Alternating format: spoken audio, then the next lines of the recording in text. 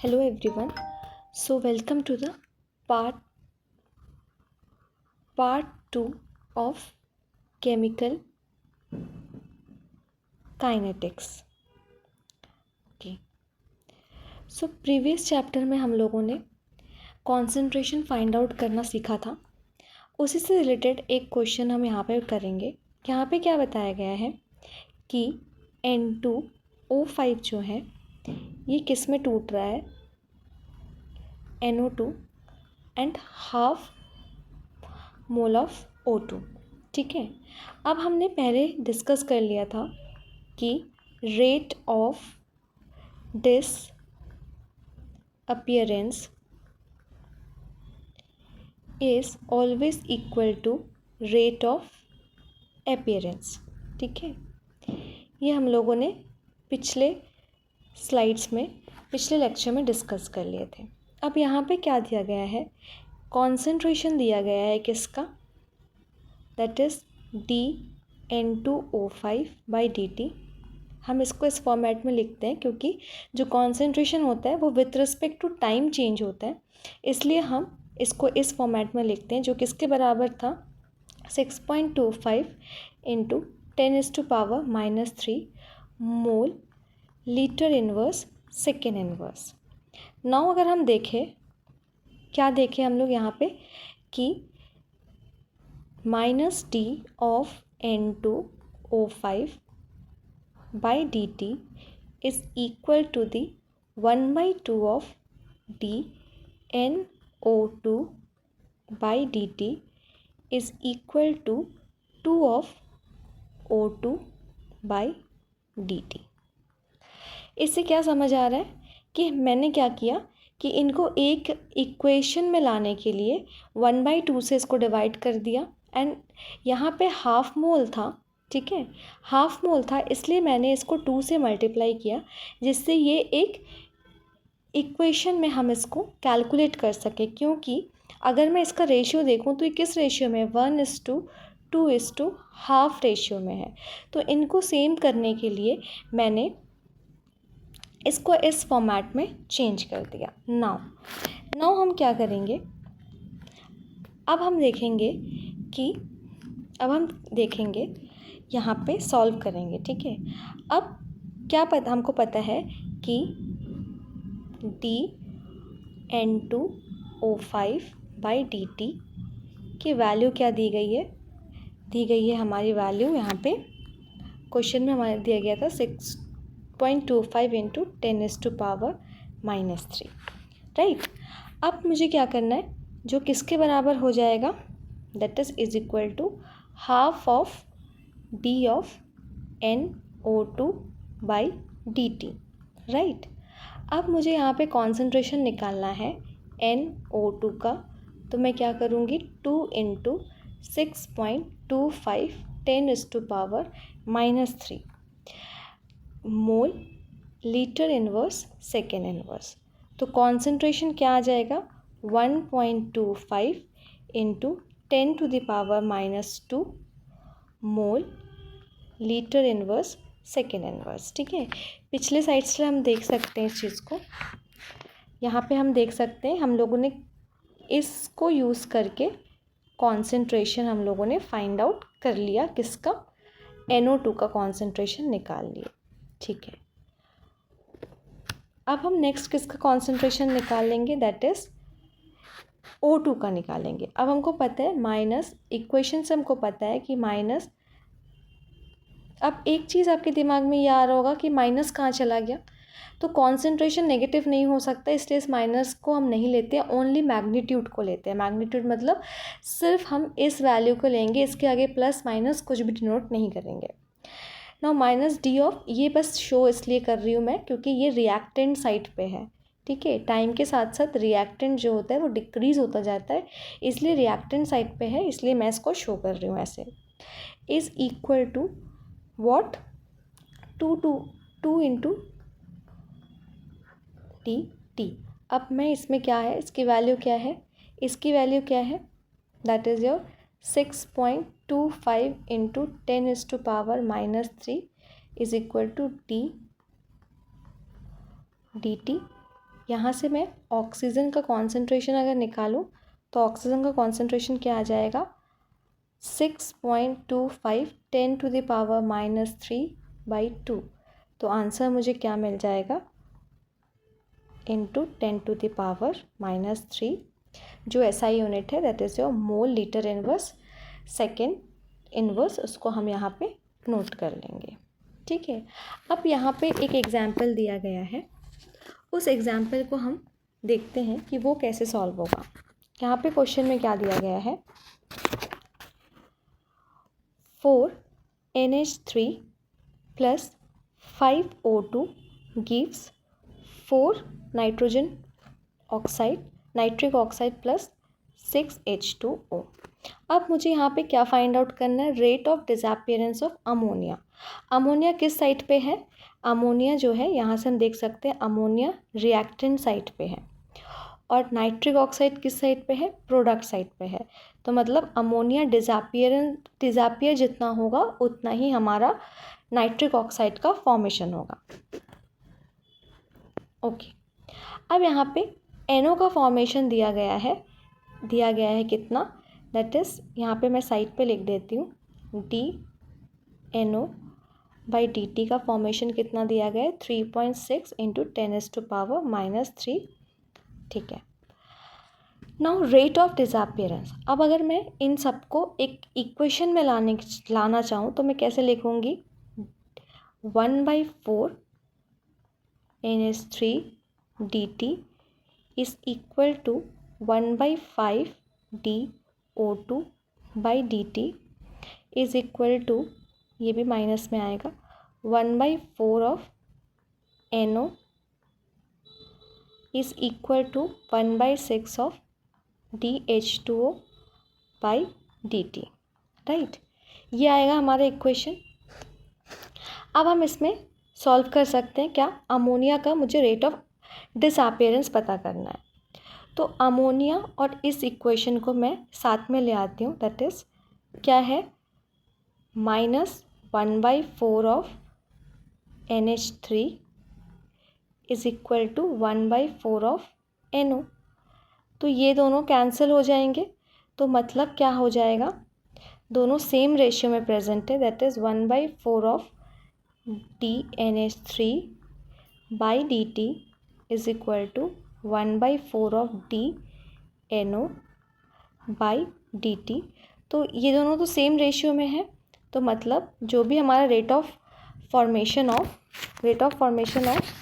NO था वही rate of disappearance of NH3 आ जाएगा, राइट।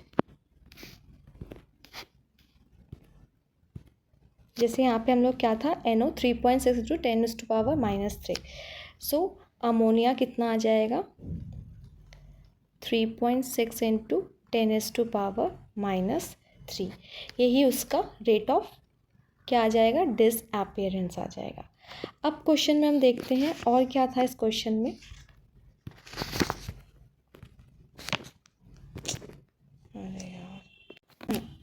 तो यहाँ पे हमारा और क्या था, rate of formation of water भी था, ठीक है। तो rate of formation of water अगर हम देखते हैं तो यहाँ पे देखना, यहाँ पे मैं सॉल्व कर रही हूँ इसको। वाटर के लिए क्या है, वाटर और इसका रेशियो क्या है, हम NO से भी निकाल सकते हैं, NH3 से भी निकाल सकते हैं, जो भी आप इक्वेशन उठाओ, कोई दिक्कत नहीं है। मैं NO का इक्वेशन ले रही हूँ, इज़ इक्वल टू 1/6 ऑफ, क्योंकि यहाँ पे वाटर 6 मोल में है, D ऑफ H2O/dt।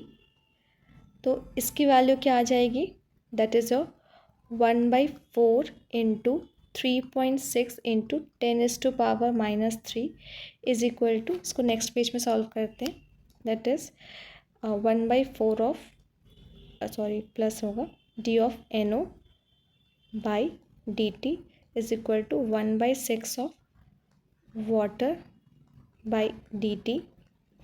अब यहाँ पे था वैल्यू क्या, 1/4 × 3.6 × 10⁻³ is equal to 1/6 water by dt।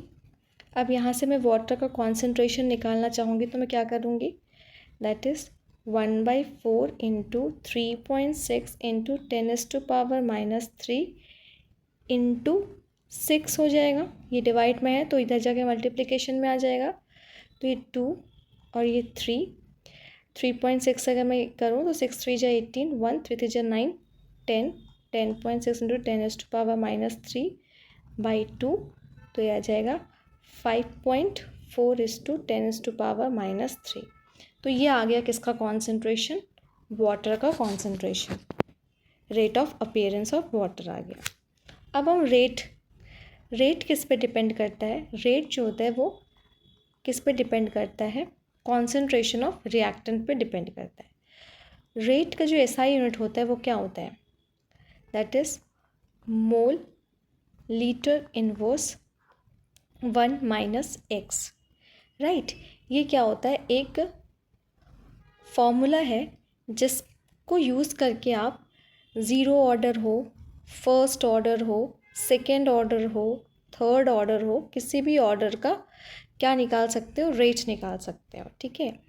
या फिर अगर ऐसे करके हम इसको निकाल सकते हैं, बस x की वैल्यू पुट करना है और हमको सेकेंड इनवर्स भी तो x की वैल्यू यहाँ पुट करेंगे और हमको एक मैं एग्जांपल दिखा देती हूँ फर्स्ट ऑर्डर का जैसे। तो यहाँ पे क्या हो जाएगा, rate is equal to mole litre inverse 1 - 1 second inverse, mole litre inverse 1 - 1 क्या हो जाएगा, 0 सेकेंड इनवर्स। तो इसमें 0 है मतलब ये पूरा टर्म 1 के बराबर हो गया, 1 के पावर 0 आता है तो ये 1 के बराबर हो जाता है। तो मेरा ऐसा यूनिट क्या हो गया रेट का for first order that is a second inverse. So ये क्वेश्चन थोड़ा सा अलग है जो अभी तक हम पढ़ते आए हैं उससे। एक चीज़ पता होनी चाहिए कि कॉन्सेंट्रेशन का मतलब क्या होता है, number of moles dissolve in volume of solution, ठीक है, मतलब इन शॉर्टकट N/V। अब यहाँ पे क्या बोल रहा है, इससे हम क्या समझते हैं कि जो रेट है, ठीक है, वो कहीं ना कहीं डायरेक्टली प्रोपोर्शनल है कॉन्सेंट्रेशन के और इन्वर्स रिलेशनशिप में है किसके, वॉल्यूम के, राइट। इससे यही समझ आता है कि कॉन्सेंट्रेशन के डायरेक्ट प्रोपोर्शनल है और इन्वर्स प्रोपोर्शनल है वॉल्यूम के। अब हम क्या कर सकते हैं, यहाँ पे आते हैं, इस क्वेश्चन पे नज़र रखते हैं कि क्या हो रहा है। पहला क्या है, स्क्वायर बी, ठीक है, इसको मैं R1 बोलती हूँ, या मैं इसको इस फॉर्मेट में लिख सकती हूँ, कोई दिक्कत तो नहीं है इस फॉर्मेट में कि मैं इसको लिखूँ,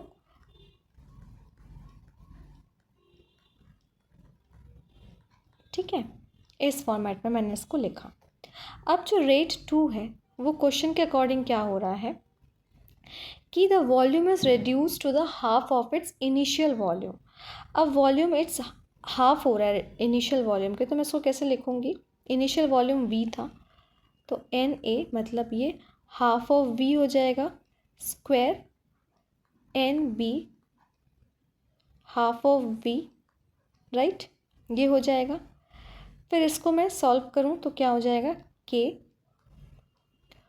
2NA/V, ये ऊपर चला जाएगा ना हाफ, स्क्वायर ये हो जाएगा 2NB/V, राइट।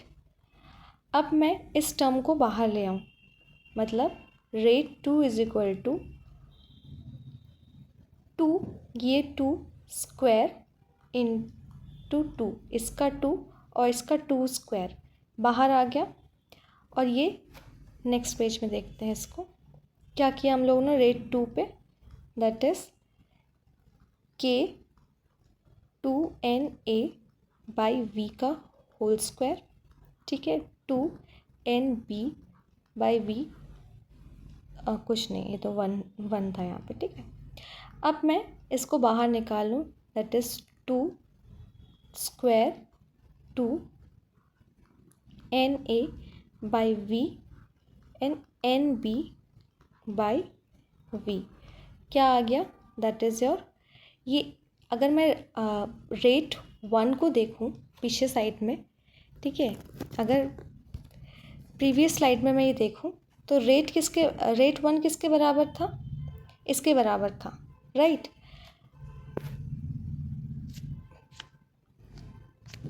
तो ये जो है ये रेट 1 के बराबर हो जाएगा, that is 8 times of rate 1। So rate 2 is equal to n times of rate 1। So इससे हमको ये पता चल गया, मतलब ये हम वॉल्यूम और मोल्स के टर्म्स पर भी निकाल सकते हैं। अब यही क्वेश्चन को मैं पलट भी सकती हूँ, मोल्स के फॉर्मेट में भी ले सकती हूँ। सो और ऐसे क्वेश्चंस के लिए पार्ट 3 का आपको वेट करना पड़ेगा, जिसमें हम मोल्स के बेसिस पे क्वेश्चंस लाएंगे, मॉलिकुलरिटी के बेसिस पे क्वेश्चंस आएंगे, और फिर first order, second order, third order, इन सबको भी एक एक करके पढ़ेंगे। Thank you.